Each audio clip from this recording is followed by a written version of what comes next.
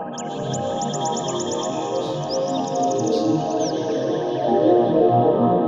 my name is John Lord, and as you can hear, it's raining, but we're undercover. And I'm just going to talk about a bit of summer pruning. Now, generally we do our heavy pruning in the winter, but summer pruning, plants don't generally like being pruned when they're grown strongly, because it's like you're running very fast and you hit a brick wall.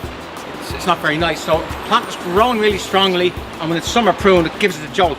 Now, funnily enough with wisterias, when you give it a wisteria that's not flowering a jolt, it sometimes reacts by flowering because it thinks, oh, I'm in trouble, something's happened to my growth, I better think of the next generation, and so the following spring you get flower buds. And this is what you do, this is how you prune wisterias. You prune them around now, you have these long whippy growths, and I'll take one out from where it started, before where it started, just to give an example. This is last year's. You can see I cut it there last year.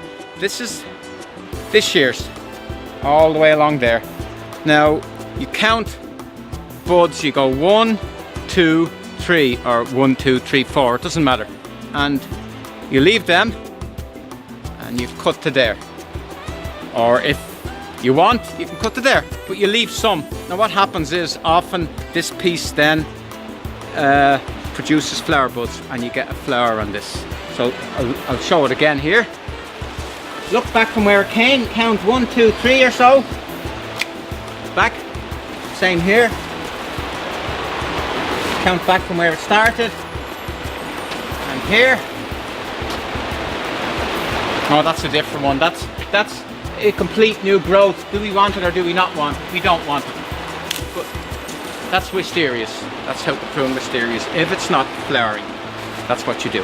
Now, when your wisteria is young, the important thing is to get it to cover its allotted space, and you only do this type of pruning when the wisteria has covered all you want it to cover. This is a grapevine. We don't know what it is because we lost the label. It's about 100 feet long, and it's the little, you can see the bunch of grapes starting to form. Now, we're not into making wine or into producing grapes to win contests, so we just do basic pruning. This is the one you want to keep. The main one, it's called a rod, that's the main one. We leave him, maybe tie him in, and then everything else gets cut back. But once again, you don't cut it right back to where it started, you go back a little bit. So you count like that. 1, 2, 3. Count. 1, 2, 3. 1, 2, 3. This one here, 1, 2, 3, and so on all the way along. We go along and do a bit more, just to get the idea up to where it started. Started there, 1, 2, 3, 3, and so on and so forth. Now, if I was growing grapes for competition, I would thin the bunches down to one bunch per stem or per growth, and later on I thin them out. But the blackbirds get all these grapes, and the blackbirds are not that fussy about whether the grapes are big or whether they're small. And here we are, pruning number 3. This is the potato vine, and it's an interesting plant. It goes a bit mad. If you look along, you'll see how mad it's going. Plenty of flowers. Now this plant flowers as it grows. So if you prune the plant back, any regrowth will flower. It always flowers. So you can put it as hard as you want, you will not affect its flowering. Once it gets a bit of sun and it's not in a swamp, it will grow and it will flower. So what we're going to do, that's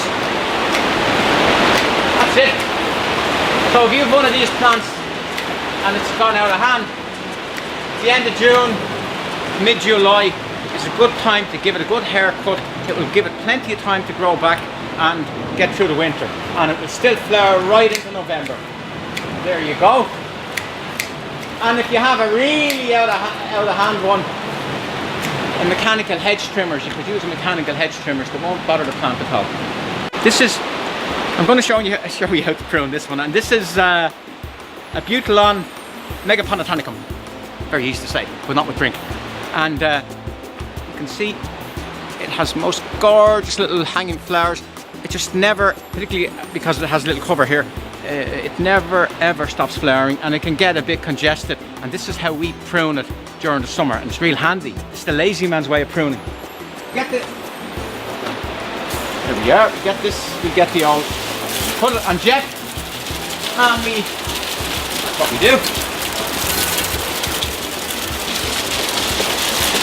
Apologies to all the bees that I soak. You see all the old leaves falling off and all the dead flowers falling off, and then we wash them down. And that's it. Easy peasy. I'm ending here against this Salvia. It's called Salvia Black and Blue. And I have to say about this plant, it's nearly too nice to exist. It has